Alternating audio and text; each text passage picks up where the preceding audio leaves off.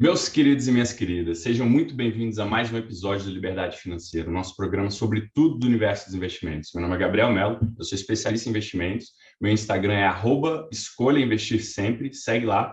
E para começar a nossa temporada de entrevistas de 2022, estamos com uma pessoa super especial, um assunto quentíssimo, fervendo, né? A gente vai falar bastante sobre criptomoedas. Hoje nós estamos recebendo aqui a Priscila Heller, ela que é Head de Relações com Investidores da Hashdex, uma gestora focada em criptoativos. Ela que é mineira de Ipatinga, jornalista e economista de formação, e hoje reside no Rio, junto com o time da Hashdex, que também é carioca. E estamos aqui, muito feliz de te receber, Priscila. Muito obrigado aí pela tua disponibilidade.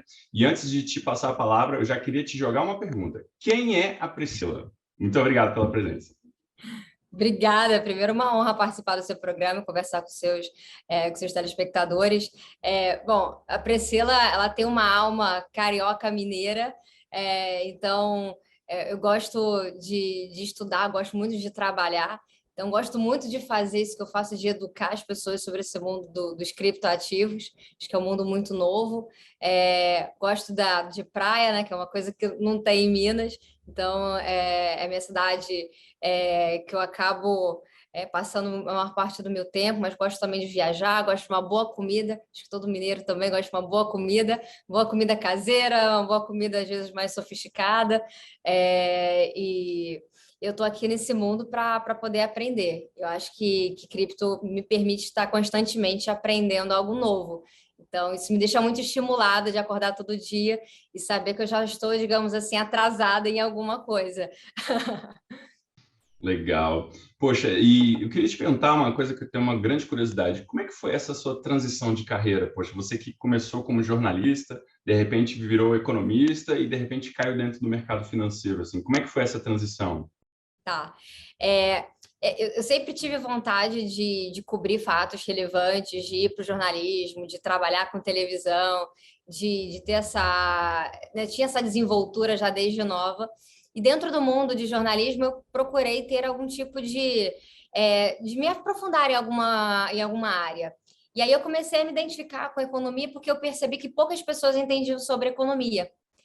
Parecia algo tudo muito difícil. Eu começava a ler as colunas dos economistas, dos jornalistas que escrevem sobre economia, e nada fazia sentido. Ah, mas o que tem a ver a inflação com juros? O que tem a ver o impacto disso com o PIB? E a taxa de câmbio? Aquelas palavras, para mim, me soaram todas muito confusas. Falei assim, caramba, talvez tenha um nicho para eu trabalhar aqui, de tentar traduzir para as pessoas quais são o que esses fatores econômicos, né, como é que eles atuam na nossa vida e quão importante eles são. E aí, nessa de ficar estudando um pouco mais de economia, eu vi que eu queria me aprofundar de uma forma até mais, ainda mais profunda, digamos assim, e realmente para o mundo de economia. E eu realmente me apaixonei, porque você acaba tendo que se ver obrigada a estudar algo a fundo. Quanto que um curso de jornalismo, ele é um curso muito mais generalista, né? Você vê ali várias coisas, mas você não consegue se aprofundar num assunto específico.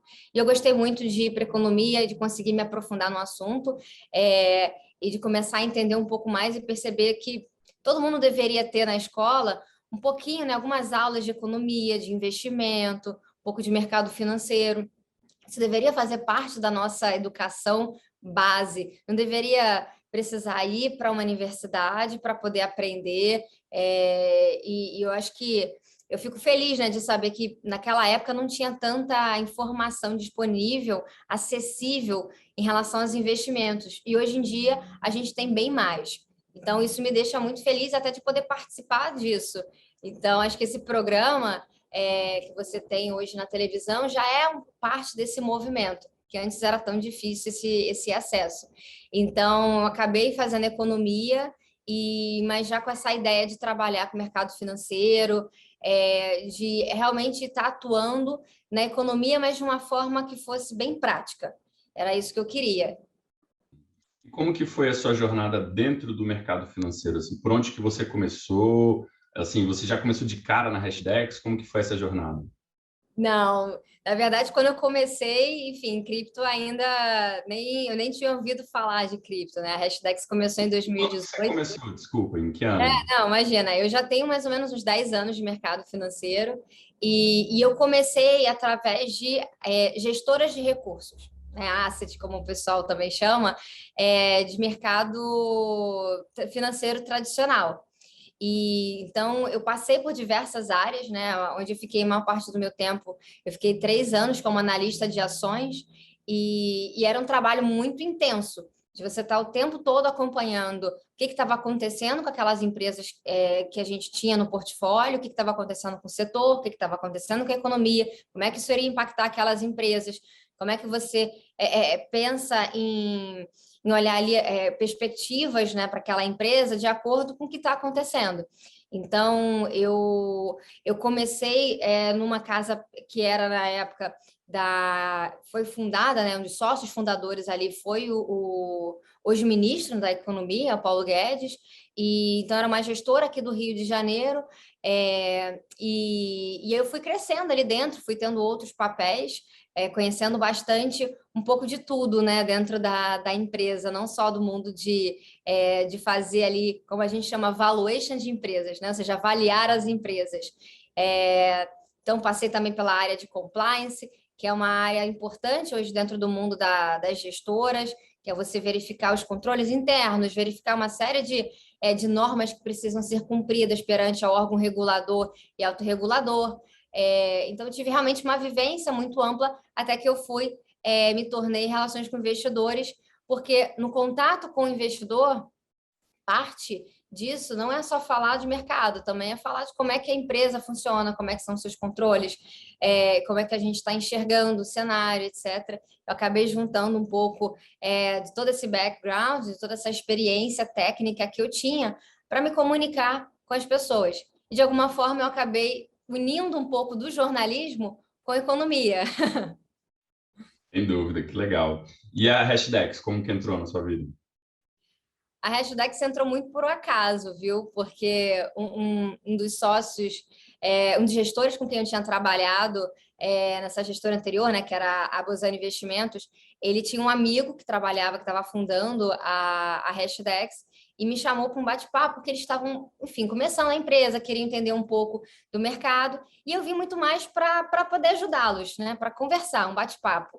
E esse bate-papo foi se tornando ali quase que uma entrevista. Nada aconteceu naquele momento, mas aí alguns meses depois abriu essa vaga de relações com investidores e eu tenho que confessar para vocês que eu não entendia nada de cripto. Então, não é que a Priscila estuda aqui cripto já há um século, eu estudo há um pouco mais de 2 anos e eu tinha uma certa desconfiança em relação a esse mercado, como acredito que a maioria de quem está aqui assistindo, né? No porquê. Faltava eu ter me debruçado, faltava conhecimento, faltava entendimento. Eu acho que tudo aquilo que parece muito novo, difícil de entender, você ainda está incipiente, e aí você escuta as notícias de jornal, elas não são favoráveis, mas você também não entende que aquilo ali tem um viés, né? Ou seja, as notícias positivas também não estão sendo muito bem divulgadas. Então, eu não tinha procurado entender sobre o mundo de cripto, então eu via com certo ceticismo, com certo modismo, mas quando eu entendi, e aí um dos sócios na época que eu conversei, o Bruno Souza, ele me deu um exemplo que ajudou a abrir a minha cabeça para o mundo de cripto. Eu acho que aquilo ali foi realmente um ponto assim muito importante para mim entender que na verdade eu estava trabalhando com tecnologia, né? Assim, a cripto tinha muito mais a ver com tecnologia, ainda pouco compreendida, e o que a gente estava vendo, questão de lavagem de dinheiro, o preço de mercado, que hora sobe muito, hora cai muito, etc. Isso aí, enfim, eram ruídos e que a gente tinha que entender primeiro a tecnologia. E aí, se você me permite falar esse exemplo, porque eu falo que até hoje eu gosto de dar esse exemplo, tá? E não é nenhuma recomendação de investimento. Eu acho que é muito mais para a gente começar a abrir a cabeça para outras formas de você enxergar os criptoativos, tá? Existe um navegador de internet, né? Existem hoje vários, né? Os mais comuns ali, o Chrome, Safari, etc. E esse navegador se chama Brave. que o Brave se propõe a fazer? Bloquear aqueles anúncios que a gente costuma receber, né, de uma forma indesejada. Então, se você coloca, sei lá, sapato, parece que sapato passa a te perseguir para o resto da vida, né? Assim, tudo que você busca, eles estão ali coletando, de certa forma, as nossas informações, né, rastreando os nossos caminhos, e a gente não ganha absolutamente nada com isso. Por quê? Porque o anunciante, ele conversa com quem? Com quem ele paga? Ele paga ali para esse intermediário, né? Para o Google, para o Facebook, etc. E a gente está ali na ponta do usuário sem receber nada. Naquela história, a gente também não está pagando no final, é porque a gente quer o produto dessa história. O que o Brave faz? Você define bloquear essas propagandas, você define quantas você vai querer receber, e ao aceitar assistir uma propaganda de algum anunciante, você como usuário, você passa a ser remunerado por isso. Mas, Priscila, remunerado como? Né? Se alguém vai te mandar um Pix, vai perguntar sua conta bancária, seria realmente um grande problema, não teria como você ter escala se fosse, né, se tivesse que depender disso. Daí é que entra o token dessa rede, tá? Que se chama BAT, e você recebe esse token. Né? Você tem ali uma carteira digital e você vai recebendo automaticamente, sem precisar fazer nada, você recebe esse ativo digital que depois você pode negociar, você pode trocar isso por dólares, converter em reais. Ninguém vai ficar rico vendo propaganda, né? Você deixa de ganhar zero e deixa de ser bombardeado de propagandas. E você também pode usar esses BATs, você pode usar ele para ajudar quem está fazendo conteúdo na internet. Então, vamos supor, eu vi o canal do Gabriel num site, achei legal o conteúdo que você está fazendo, Gabriel. Eu posso ir lá e transferir para você um pouco desses BATs que tenho na minha carteira digital. Então, o BAT ele existe como uma forma de transferência, né, de uma espécie de um dinheiro eletrônico digital, né, que é totalmente divisível, né? Você pode ter frações ali muito pequenas. Então, eu não preciso enviar para você, por exemplo, $1, né? Eu vou enviar, na verdade, uma fração, valor muito menor, porque é muito divisível essas moedas digitais, né, como muita gente também chama. Então, é uma forma de você criar valor através da sua atenção em rede, do que você está assistindo. Então, aquela história de ver propaganda no YouTube, né, você pode passar aí essa parte usando o Brave. Vou te falar, com a primeira vez que eu ouvi o Stefano conversar, né, que a gente fez uns bate-papos, ele falou do Brave, e desde então eu só uso o Brave. Ah, que legal. Eu adoro, cara, o Brave é muito bom, é muito mais rápido, é muito mais leve, então fica aí a dica, pessoal, quem está um pouco empapuçado aí do Edge, do Chrome, teste novas oportunidades. Já transferi alguns tokens lá do BAT para a carteira, eu esqueci o nome da carteira que eles trabalham nativamente, enfim, mas eu já transferi alguns, já tenho acho que uns $4, $5 lá. Muito legal. Com o valor aí do câmbio já não é pouca coisa. Pois é. Muito melhor do que ficar com aquelas propagandinhas incomodando, né? Nossa, isso aí realmente é incrível. Pois é, pô, e que legal, Priscila. E assim, agora vamos falar um pouquinho de cripto. Deixa eu começar, então, de algumas coisas bem curiosidades minhas. Eu acompanho, né? Eu sou formado em computação, então, pô, eu tenho bastante interesse nesse assunto, confio muito na tecnologia, acho que o Bitcoin é muito revolucionário, né? Desde a internet, eu acho que foi a grande inovação. E assim, o que eu estou muito curioso é em relação a essas moedas que vieram depois. Então, por exemplo, o Ethereum. O Ethereum, eu tenho estudado bastante sobre Ethereum por conta daqueles contratos inteligentes.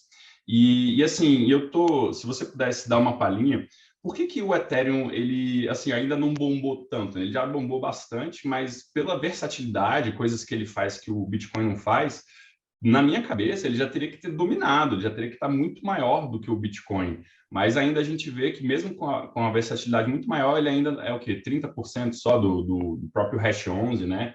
Se você puder falar um pouquinho do Ethereum. Uhum. Na verdade, hoje o valor de mercado do Bitcoin é mais ou menos o dobro do valor de mercado do Ethereum, né? Acontece que o Bitcoin foi o primeiro criptoativo, ele surge em 2009 e o Ethereum ele veio depois, em 2015. Só que a força motriz dele, do Ethereum, é quanto mais casos de uso você tem que vai rodar em cima da rede do Ethereum, que vai utilizar o Ethereum como combustível, tá? E a gente viu que no ano passado, 2021, várias aplicações surgindo, seja no mundo de NFT, seja no mundo das finanças descentralizadas, que começaram a utilizar a rede do Ethereum. E isso está só no começo. Então, o Ethereum, ele tem sim um potencial de lá na frente ser até maior do que o Bitcoin, mas o que vai depender, acho que tem pelo menos aqui dois fatores, né? Um é exatamente o desenvolvimento desses casos de uso, isso daqui vai ser a força motriz, então mais aplicações utilizando a rede do Ethereum. E o segundo ponto é que o mercado chama da escalabilidade do Ethereum, né? Então, você ter cada vez mais... hoje, né, você tem ali um pouco de o custo para você fazer uma transação, ele acabou ficando muito alto. Você precisa de soluções para que esse custo não seja tão alto e ele inviabilize transações de valores menores. Então, isso está sendo já endereçado. Esse ano tem a perspectiva de entrar o que a gente chama ali de Ethereum 2.0. Tem outras soluções já também sendo pensadas que seriam transações acontecendo fora ali da rede do Ethereum. Talvez esteja ficando ali muito técnico, né, para esse público, né, para as pessoas que estão aqui assistindo a gente. Mas eu acho que a gente pensar o seguinte, tentando traduzir aqui, pessoal, quando você fala de... Acho que muita gente deve ter ouvido falar dos NFTs, né? Então, arte digital... Então, isso daí, para acontecer uma transação, uma liquidação, você precisa ter um criptoativo que vai ser ali como se fosse o que vai garantir, que vai registrar, que vai ter exatamente ali olha, onde é que isso daqui está registrado, isso daqui é confiável, todo mundo consegue ter acesso. E a rede do Ethereum, tá? Ela funciona exatamente como essa grande camada de liquidação. Então, por isso que ele é muito importante. E à medida que a gente tem mais desses casos de uso e as pessoas utilizam a rede do Ethereum para isso, ela não está hoje ali nadando sozinha, a gente acredita que no futuro não seria ali um único cavalo vencedor, a gente imagina que possa ter outros cavalos também, tendo algumas diferenças, né, entre si. Então, mas ele tem sim um potencial muito grande. Mas essa questão assim de valor de mercado, acho que é difícil hoje a gente querer definir, né? Ainda está muito no começo. E o investidor institucional, ele começou pelo Bitcoin, né? Acho que foi ali a primeira entrada, e essa entrada do investidor institucional, ela vem contribuindo muito para a valorização do Bitcoin também. Então, acho que tem que se firmar mais esses casos de uso para a rede do Ethereum. Eu acho que o investidor institucional já tem um apetite, já tem um interesse, e acho que vai ser cada vez mais importante, sim, para o Ethereum, esse apetite do investidor institucional, assim como foi para o Bitcoin. E assim, quando você fala Ethereum 2.0, você não quer dizer o Ethereum Classic, não, né? Seria uma outra coisa. Exato. O Ethereum que a gente conhece hoje, só que ao invés dele usar o processo de mineração que acontece como a rede do Bitcoin, ele vai usar um outro processo, um outro mecanismo de consenso. Então, é como se fosse uma nova versão do Ethereum que a gente já conhece, né? Então, que está sendo ali adaptado para... É como se ele estivesse, assim, dando uma recalchutada, né? Para poder a gente traduzir aqui de uma forma diferente. Ele está como se ele estivesse dando ali uma boa recalchutada para tornar a rede ainda mais eficiente. E aí, agora, falando sobre a questão da mineração. Eu tenho vários colegas que estão montando rigs em casa, né? Estão fazendo a mineração, enfim, bem interessante. E a maioria tem preferido, inclusive, minerar Ethereum a outras moedas, né? Como é que você vê a mineração? E se vocês, inclusive, fazem alguma coisa institucionalmente sobre mineração? Tá. Hoje em dia, a gente não faz nada de mineração. Então, todos os ativos que a gente compra não teve nenhuma mineração da nossa parte. Na verdade, a gente compra isso em exchanges ou OTC Desk, né, em mesas para investidores institucionais lá fora. Eu vejo que a mineração do Ethereum, no caso, ela vai acabar sofrendo uma modificação. Então, isso daí já está no roadmap do Ethereum para esse ano, tá? Então, provavelmente isso que os seus amigos estão fazendo vai sofrer ali uma modificação. Eu acho que assim é muito importante e cada uma coisa que as pessoas não sabem, né? Assim, mas todo mundo de alguma forma pode contribuir, né? Sendo uma espécie de um validador.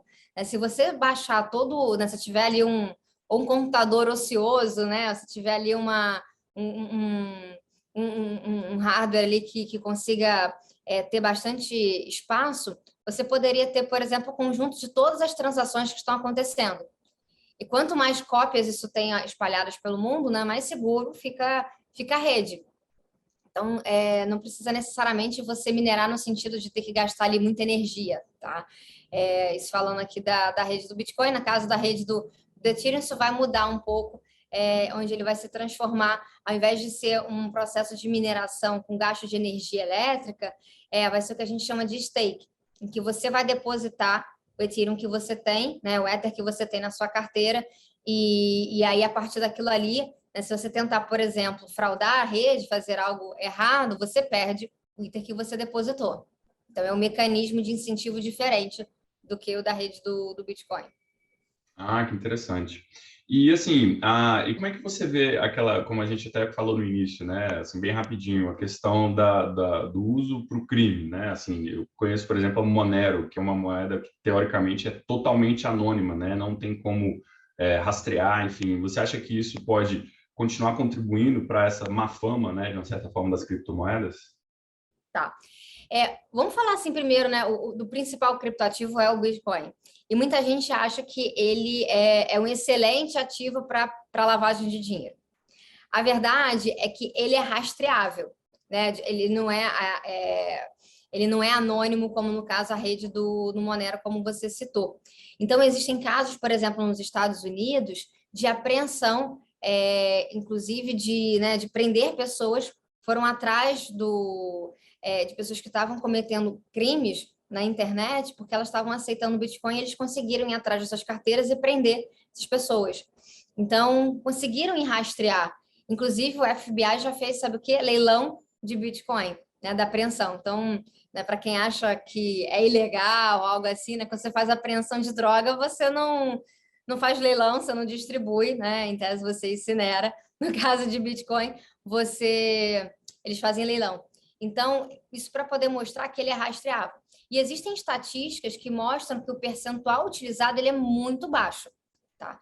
E a gente, se for comparar o volume financeiro que passa pelo mercado, pelo sistema financeiro tradicional, comparado com cripto, deve ser muito menor, tá? Então, hoje é muito maior dentro do mercado, do sistema financeiro tradicional. Bom, olhando para frente, assim, com certeza vocês apostam, né, até por terem criado a gestora, né? Mas o quanto vocês apostam no sentido assim de o quanto disruptivo pode ser, né? Quando eu vejo, por exemplo, essas aplicações de DeFi, enfim, essas aplicações de outros tipos de usos, né? Próprios tokens de time de futebol muito populares aí no Rio, enfim, o que eu penso é que o grande salto seria quando o Bitcoin ou, enfim, alguma moeda ultrapassasse alguma moeda real forte, né? Então, eu acho que isso não está tão longe, né? O ouro e a prata já está meio na cola ali, mas o quanto vocês acham que isso vai ser disruptivo? Será que a gente vai ver, por exemplo, um dia o Bitcoin ou alguma outra moeda desbancar um dólar, né? O mercado de cripto se torna maior do que o mercado fora de cripto? O que você acha sobre isso? Tá. Eu enxergo assim, quando você pensa numa plataforma como o Ethereum, por exemplo, eu acho que uma forma melhor de comparar, ao invés de comparar com dólar, seria você comparar com empresas de tecnologia que valem hoje já trilhões de dólares. Né? Acho que porque você tem ali todo um desenvolvimento que está acontecendo para poder mudar como é que é feito o mercado de seguro, o mercado de gestão de recursos, o mercado de empréstimo, entre outros mercados. Se a gente está falando só de finanças, você tem o mundo dos games que está sendo impactado pelos NFTs. Agora, imagina quando eu começar a inserir alguma coisa do mundo, por exemplo, de empréstimo dentro do mundo de games, porque isso tudo é modular, né? Você consegue, é como se fossem Legos que você vai encaixando. Então, você vai conseguir encaixar diversas coisas que antes estavam totalmente separadas. Então, por exemplo, você pode pensar do mundo real, né? Ativos, a sua casa, por exemplo, poderia ser tokenizada, né? Ou seja, ela se transforma ali num registro digital, que você poderia transacionar isso daqui em alguma rede, ou colocar isso daqui como um colateral dentro de um empréstimo. Então, hoje é difícil saber né, o tamanho que isso vai ter lá na frente, mas eu acho que é como se você estivesse pensando realmente, olha, eu estou investindo aqui na internet ainda nos anos 90. Ainda tem muito chão pela frente, né? Tem riscos, justamente por estarem no início. É difícil saber quais serão os cavalos vencedores. O Ethereum, ele tem sim um grande... ele já largou na frente, né? Hoje é o ativo que tem ali comparado né, o peer group dele, né, comparado aos outros ativos parecidos, digamos assim, com ele, é o que tem o maior número de desenvolvedores por trás, que tem o maior volume né, de transações acontecendo. Então, ele tem sim um potencial interessante. Agora, é difícil saber, bom, vai ser ele mais quem? Quais? Né? Então, essa ideia dos cavalos vencedores, a gente não sabe. Por isso, inclusive, a Hashdex, quando criou a gestora, a gente criou pensando em criar o quê? Índices, em que você compra o mercado. Eu quero investir nas principais empresas de tecnologia. Bom, você sabe que você tem lá o índice da Nasdaq, por exemplo. Eu quero investir nas principais empresas do mercado americano. Você sabe que você tem o S&P, as principais empresas do mercado brasileiro. Você tem lá o Ibovespa. Então, a gente, quando montou o Hash 11, foi pensando exatamente... não quero ter que escolher agora os cavalos vencedores. A tecnologia ela vai ser muito dinâmica, ela é muito dinâmica, ela surpreende a gente. Ano passado surpreendeu. A gente não podia imaginar que DeFi, NFT iria virar palavra do dicionário, né? Que iria estar na boca do povo, todo mundo iria falar sobre NFT. E está acontecendo. Agora, entre isso acontecer, né, de fato ter um valor muito grande, vai depender da utilização e do desenvolvimento dessas tecnologias. Priscila, o papo, quando é bom, voa rápido, né? Então, já estamos chegando ao fim do nosso programa. Queria te agradecer muito a tua presença, a tua disponibilidade e te deixar para as tuas palavras finais aí, para despedir, pessoal. Bom, vai ser um prazer escutar de vocês as suas dúvidas, né, do seu público. A gente tem hoje várias formas de acessarem a Hashdex, seja nas nossas redes sociais, no nosso site tem várias informações, nosso Instagram, que é o @hashdex.brasil. Então, tem uma dúvida, pode mandar e-mail para a gente, né, contato@hashdex.com, ou nas nossas redes sociais. Vai ser um prazer ajudar vocês a navegar nesse mercado de uma maneira que seja simples, segura, regulada. Show de bola. Poxa, muito obrigado. E, pessoal, principalmente os clientes da Nipu, nós vamos fazer um roadshow com a Priscila, vamos passar em várias das nossas sedes na semana que vem. Então, fiquem atentos, né? Aproveitem essa oportunidade de questionar ela, enfim, interagir e saber mais sobre esse mercado. Gente, muito obrigado, Priscila. Pessoal, até a próxima. Tchau!